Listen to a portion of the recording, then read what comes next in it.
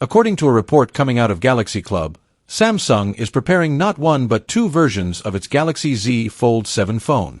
The source close to the news publication shared three code names for next year's foldables: B7, which is the Z Flip 7, Q7, which is the Z Fold 7, and an unknown Q7M foldable.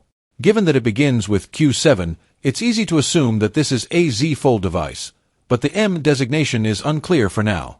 The recently released Galaxy Z Fold 6 Special Edition in South Korea carries a codename Q6A, so if the Q7M was a special edition handset, it should have been Q7A.